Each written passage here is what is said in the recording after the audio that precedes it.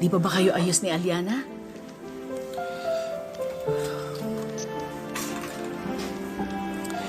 Hindi pa rin, Ochang eh.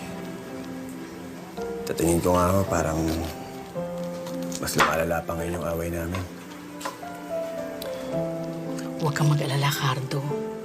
Magkakaayos din kayo niyan. Alam mo ba, natural lang sa mag-asawa yung nagkakaganyan. Hi! I'm sure nalilito kayo at hindi nyo natatandaan kung sino ako. Pero nasa dulo ng dila nyo ang pangalan ko. Nagkakamali po kayo. Hindi po ako si Bea Alonso. Ako po si Marisa Delgado. Marisa Sanchez po ang inyong lingkod.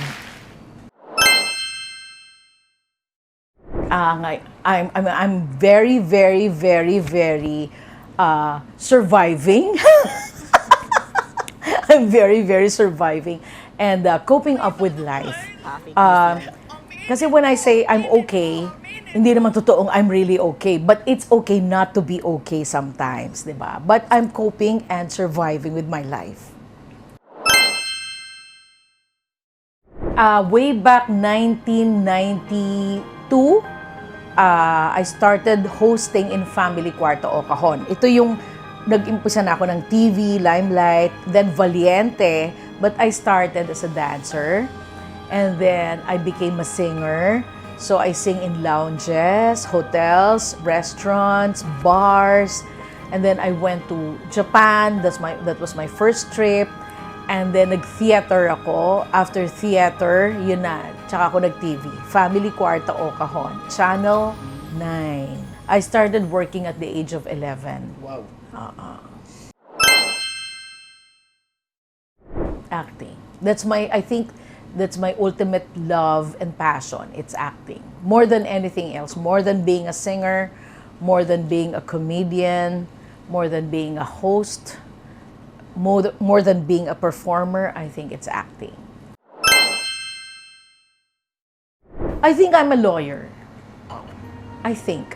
Kasi mahilig ako sa mga, like sa panonood ko, mahilig ako sa mga detective stories, mahilig ako sa law, mahilig ako sa mga lawyers. I find them interesting. At saka masarap kausap ang mga lawyers di ba? Kasi magaling sila magsinungaling. Di ba? Dapat nga si Amber Heard lawyer, di ba? With Mr. Coco Martin, it was really meaningful and remarkable for me working with that boy. Alam mo, si Coco Martin, I must say, na isa sa mga pinakamatalinong artista na nakatrabaho ko, na merong puso at nakaka-relate kasi siya sa pinagdadaanan ng bawat artista, whether baguhan or luma. Nakaka-relate siya sa iyo Siguro kasi galing siya doon, kaya alam niya yung feeling ng pinagdadaanan ng bawat artista. Kaya magaling makisama si Coco sa kapwa-artista, magaling na direktor.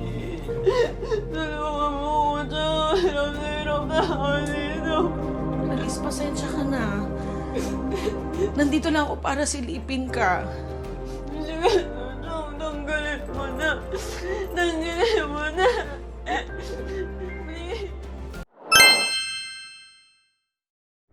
List 2. Okay. Movie, ano bang meron ka? Directed by Direk Mario J. Joyce Jimenez and Dieter Ocampo starrer. Taray talaga anak, dahil yung tito mo nagpapamartir, hindi naman bagay. Hoy! 3 years na kami. Si Mommy at Daddy nga 5 years bago naghiwalay. No, Mommy? Correct, wala sa tagal yun, no?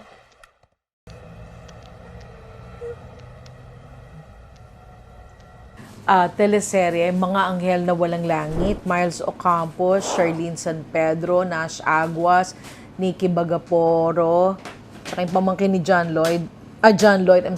Jericho Rosales. I forgot. Kasama ko dun si Miss Alma Moreno, Ana Capri, Isko Moreno, Altantay. So, yun yung hindi ko malilimutan na teleserye kasi I've learned a lot in that teleserye. Tsaka first time kong natanggap as a meaty actress, hindi comedian hindi ako papayag. Patayin niyo na muna ako bago niyo siya makuha sa akin.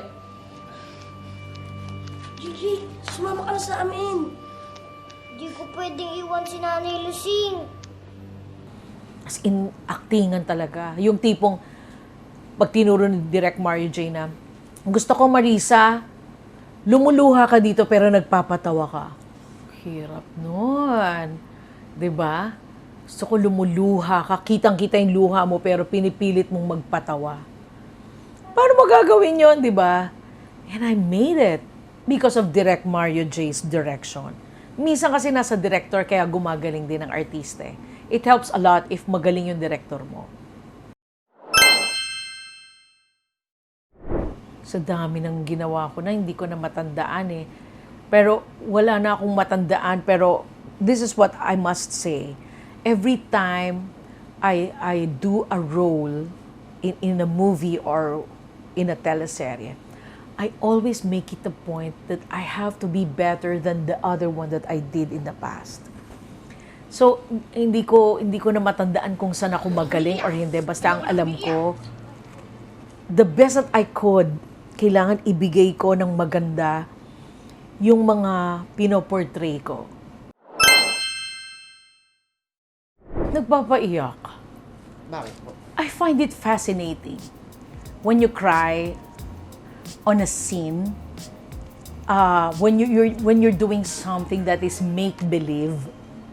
Kasi pag nagpatawa ka, pag kumanta ka, given na yan, di ba, you sing in karaokes.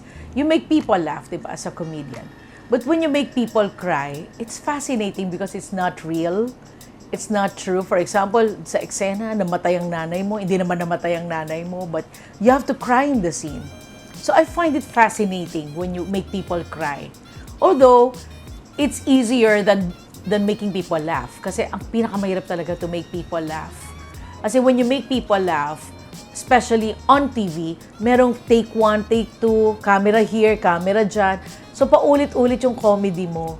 And as time goes by, hindi na nagiging nakakatawa yung comedy mo kasi maraming beses mo ginagawa. Eh, ang comedy, laging isang beses lang one take. For example, if I crack a joke to you, and then, inulit-ulit ko sa'yo, nakakatawa pa ba? Di ba laging isang beses lang ang banat ko? So, I think, mas gusto ko magpaiyak kaysa magpatawa kasi mahirap magpatawa. Pag entablado, okay lang. Pero pinapractice mo pa rin yun sa pag-theater, pinapractice mo pa rin yun eh, di ba? So, dangerous din kasi pwedeng hindi ka maging nakakatawa pag paulit-ulit yung jokes mo. Hindi. Kailangan, you will have to be in the scene. So, it takes a lot of concentration and a lot of focus para makaiyak ako sa isang scene. Kailangan talaga as in, wala magpapatawa sa akin that day, wala mo nang kakausap sa akin. So, pinaghahandaan ko yung eksenang yon if I'm going to cry in the scene. Kasi ayoko yung ako yung cause of delay, na parang yung director, parang, kunwari ganyan, yung may camera, diba? Tapos sasabihin nyo, kailangan ko umiyak. Ayoko yung nai-stress ako, hinihintay ng camera o ng oras o ng rolyo yung pag-iyak ko. So, kailangan ready ako doon. So, I have to be in the scene. I really have to put myself in the scene. Na talagang, for example, yun nga, namatayan ako ng kaibigan, for example. So, I really have to dig deeper that this scene is really crucial na namatay yung kaibigan ko. So, I will have to prepare na namatay yung kaibigan ko. And then, doon ako huhugot. So, it's not easy. Actually, what makes me smile, pag mabait yung anak ko, number one, yung pag mabait siya, responsible siya, she cares for you, and then, nakikita mong nagkakaroon siya ng intimate relationship with God. Sa akin, I think, those are the things that makes me smile. Yung tungkol sa anak ko. Flowers, it makes me smile. What else? Call time. Call sleep. Yung gano'n, yung meron kang work. Maraming bagay eh. What scares me, what scares me is growing old, na burden, tas matandang-matanda ka, ugod-ugod ka, may sakit ka. That is what scares me. And then yung lumaki yung anak ko na pokpok. Yung ganon.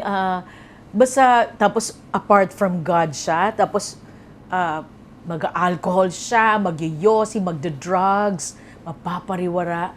Yun yung mga bagay that will scare me. At saka syempre yung yung death, I'm scared of the process. I'm not scared of dying. Smile. Smile. Bakit? It's a Charlie Chaplin song. It gives me the inspiration to smile whether your heart is aching, whatever circumstance you're in, you still have to smile. Kasi lilipas din. Lilipas eh. Everything will pass. So, it gives courage to people like you, especially yung mga nakakasalamuha ko. It gives delight and inspiration if you smile, even if you're aching, even if you're in trouble. Parang, di ba, when you see someone smile, di ba, parang, ay, ang napakasani niyang tao, nakasmile siya, di ba? Pero hindi niyo naman din alam kung ano yung pinagdadaanan niya, di ba? So ako, kesa dun sa nakasimangot, di ba? Pag nakasimangot, syempre, you have to understand also kung ano yung pinagdadaanan niya, kaya siya nakasimangot, di ba? Pero di ba, nakaka-bad mood, nakaka-bad vibe pag nakasimangot. Parang ang saya, di ba, pag nakasmile, kahit na anong pinagdadaanan niya, kasi wala naman tayong pakialam sa kung pinagdadaanan niya, di ba? So, sa akin, yun yung song na pag kinanta ko, ma-re-remind ako that I have to smile, regardless of circumstance. Up your face with gladness, hide every trace of sadness, although a tear may be ever so near. That's the time you must keep on trying. Smile, what's the use of crying? You'll find that life is still worthwhile if you just smile.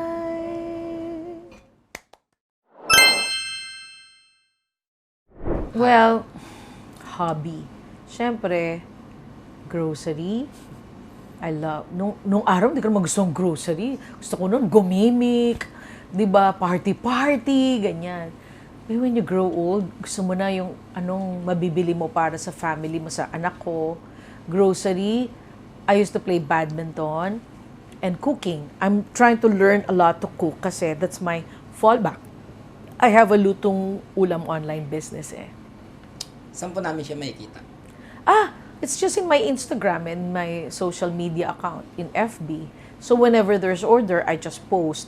Hindi ko pa na si Kasong gumawa ng sarili niyang page eh. Kasi bago pa lang ako eh sa industry ng cooking. Alam ko may isa akong fan eh. Yung nanonood ngayon. Message ko. Sana through me, they will know God in a personal way. Through me, they will know that Jesus Christ died for our sins. So it's my way also of spreading the gospel that you will never be happy on earth as long as you're on earth kasi this is not heaven. And you can only find fulfillment in God. So every one of us will really, I don't want to say suffer, but we will never be happy. Happiness is a choice. So it's how you deal with your tribulations and sufferings. So you can only have the power to solve whatever you're whatever problems that you're encountering. It's only through God, and you can only overcome things only through Christ who died for our sins. The John 3:16, yun yung ano ko, message ko. Well, yon, meron akong series na mapapanood sa Channel 5. That's very soon. Hindi pa pwede sabihin yung title eh. Pero nasabi ko na sa inyo kanina, di ba? Pero yun. So, you can catch us there. Sana po mapanood nyo yun lagi. Nandun ako, and I'm enjoying my role because that's me. Yan, with Giselle Sanchez, Dina Bonavi, Alma Moreno, Marisa Delgado, Jairus Aquino, and sino ba? Marami pa. Marami yung cast. And it's a happy series actually. Nakakatuwa. And maraming matututunang aral yung series na yon, directed by Tenny Abad. Ayan.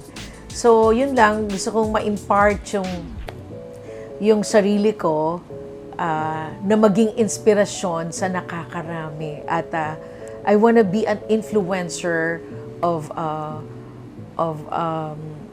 finding truth in the words of God. Yan. Kahit corny pakinggan sa inyo, pag tumanda na kayo, ako maiintindihan nyo kung ano talagang essence ng life, and we are just passers-by here on earth, you know. And the reason why we are existing is to live for God's glory. Gustuhan niyo ba ang video natin ngayon? Please subscribe, like, and comment below ang namimiss mong artista at subukan nating hanapin siya. Don't forget to hit the bell button para updated ka sa latest video. Kita-kits ulit sa susunod na inspiring stories dito sa San na nga ba?